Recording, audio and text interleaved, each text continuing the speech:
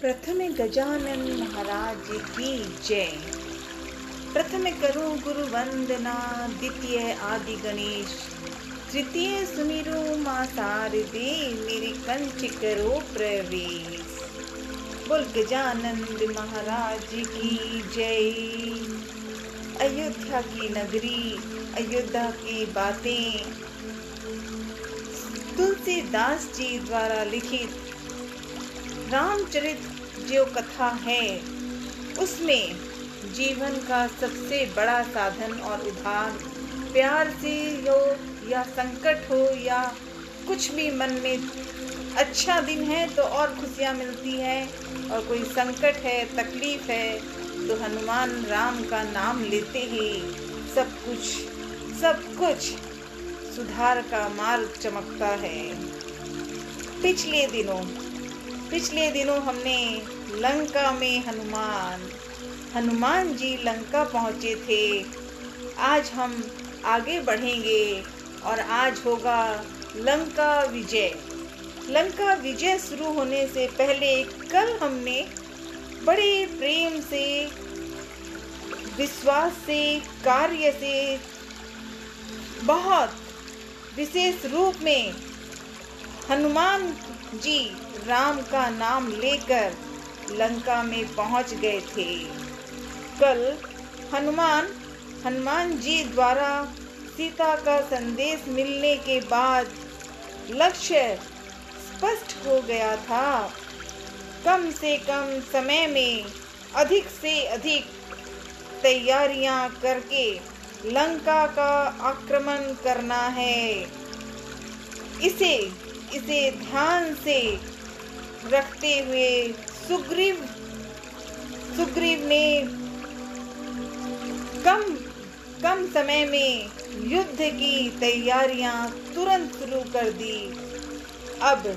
अब आदेश मिल गया कि अब हमें लंका पहुंचना है और रावण को जो सीता माँ को दुख दे रहा है उसे कष्ट देना है। उत्साहित वानर सेना तो मानो इसकी प्रतीक्षा ही कर रही थी। तो इस तरह से हमने कल हनुमान जी से ये बातें सुनी, और इसमें विशेष तौर पे हनुमान जी अंगद, जामवंत, जट, नल और नील और साथ ही वानर सेना के पूरे ग्रुप में बड़े जो तैयार खड़े हैं, सभी तैयार होने के लिए तैयार हो गए। समुद्र को पार करने के लिए क्या उपाय करना है, इस पे चर्चा शुरू हो गई है। तो आज लंका जाने है, विजय करनी है हमें लंका पर। लंका जाने की तैयारियां रात भर चलती रही। सुग्रीव ने वानरों को संबोधित करते हुए कह दिया कि युद्ध भयानक होगा। सुग्रीव कह रहे हैं कि युद्ध जो है वो बड़ा भयानक होगा। वहाँ केवल शारीरिक और मानसिक रूप से स्वस्थ वानर ही साथी ही जाएं। दुर्बल, कमजोर, वो वानर जो अभी कमजोर उम्र हो गई है, कमजोरी हो गई है, बच्चियां हैं, बच्चे हैं, उन्हें सुरक्षित रखना है, उन्हें युद्ध के लिए नहीं भेजना है। हनुमान, अंगद, जामवंत, नल और नील को आगे रखा गया। वानर सेना को युद्ध के नियम और उन अपनी रक्षा के तरीके बनाए, समझाए, सीखे। क्योंकि रावण से युद्ध करना है और तैयार रहना होगा। इसीलिए सबको जो नियम है, जो प्रयास है, क्या करना है, कब संकट होगा तो उसका सावधान रखना है, ये सारी बातें सुग्रीव जी और बाकी सब साथियों से बातें हुई। सेना किष्किंधा से दहाड़ती हुई राम, लक्ष्मण और सुग्रीव की जय जयकार करती हुई आगे बढ़ी। जामवंत और हनुमान सबसे पीछे हैं। दिन रात चलकर सेना ने महेंद्र पर्वत पर अपना डेरा डाला। उधर लंका में खलबली मची हुई थी। राक्षसों में यह डर बैठ गया कि जिसका वो बंदर सा बना, वो दूत लंका में आग लगा कर गया था। क्या हाल किया था, लंका में आग ही आग जला दी थी। अब वो एक अकेले ने सब कुछ तबाह कर दिया, तो बाकी सब होंगे तो क्या होना वाला है। वह स्वयं कितनी शक्तिशाली होगा। ये सब बातें करके वहाँ के लोग जो वानर की बात को सुनकर ही डर जा रहे हैं, हनुमान जी का नाम लेकर तो कांपने लग गए। लेकिन रावण इससे अनभिज्ञ था और ये चर्चा विभीषण जी ने सुनी।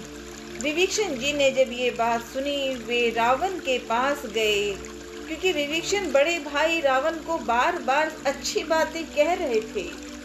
विभीषण ने कहा, वे रावण के पास गए, उन्होंने रावण को समझाया। विभीषण ने कहा, आप राम से युद्ध ना करें, आप राम से युद्ध ना करें, आप सीता को लौटा दें, सीता माँ को लौटा दें, इसी में सबका कल्याण है। जब विभीषण जी ने यूं कहा तो रावण ने विभीषण की बातों को अनसुनी कर दिया और उसे अपने कक्ष में से बाहर निकाल दिया। रावण क्रोध में स्वयं सभा कक्ष की ओर गया। विभीषण रावण के पीछे पीछे चलते रहे। बड़े प्रयास किया कि अपने भाई रावण को कहे वो ठीक से कैसे करना है, उसे राम की गाथा जयकार करनी है, लेकिन रावण ने क्रोध किया। रावण को बार बार समझाते हुए भी आप सीता को लौटा दें, आप सीता को लौटा दें, लंका बच जाएगी, लंका में सभी कुछ सही हो जाएगा, आप सीता माँ को लौटा दें। जब विभीषण जी बार बार कहने लगे, तब अब रावण को क्रोध भड़क गया। ऐसा भड़क आया कि उन्होंने जोर से, कठिन से और बुरे तरह से कहा, तुम मेरे भाई नहीं शत्रु हो। रावण ने स्वयं कहा अपने भाई को कि तुम मेरे भाई नहीं शत्रु हो, तुम मेरे शत्रु हो, तुम निकल जाओ, मुझे तुम्हारा साथ नहीं चाहिए। दोनों के रास्ते अलग हो गए। विभीषण उसी रात राम के पास चले गए। विभीषण जी और कुछ नहीं आया, बस ये आया कि मुझे राम के पास जाना है, और वो आगे बढ़े। विभीषण को देखकर बानर चिल्लाकर सबको सावधान कर रहे थे। बानर उन्हें सुग्रीव के सामने आए। कौन आए? बानर लोग उन्हें सुग्रीव के सामने लाए। विभीषण जी बोले, मैं लंका के राजा रावण का छोटा भाई हूँ। अब सुग्रीव जी को कह रहे हैं विभीषण जी कि मैं लंका के राजा रावण का छोटा भाई हूँ, मैं राम की शरण में आया हूँ, मुझे उनके पास पहुँचा दें। सुग्रीव राम के पास गए। मन में शंका थी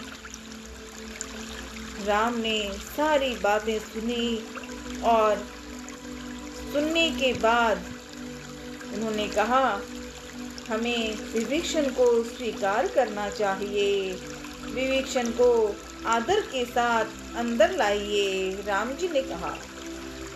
और इसके बाद विभीषण जी राम जी के पास आए। विभीषण राम के पास पहुँचे तो राम ने अपना स्वागत किया। विभीषण ने लंका की बहुत सारी जानकारी राम को दी। उन्होंने बताया कि रावण पर विजय प्राप्त करने के लिए बल और बुद्धि दोनों ही आवश्यकता है। विभीषण जल्दी ही राम के विश्वास पात्र बन गए। राम ने विभीषण से कहा, राजा राम ने विभीषण से कहा, आप चिंता मत करो, आप चिंता मत कीजिए, सभी राक्षस मारे जाएंगे, लंका की गद्दी आपकी होगी, आपकी। स्वयं राजा राम ने विभीषण जी को कहा।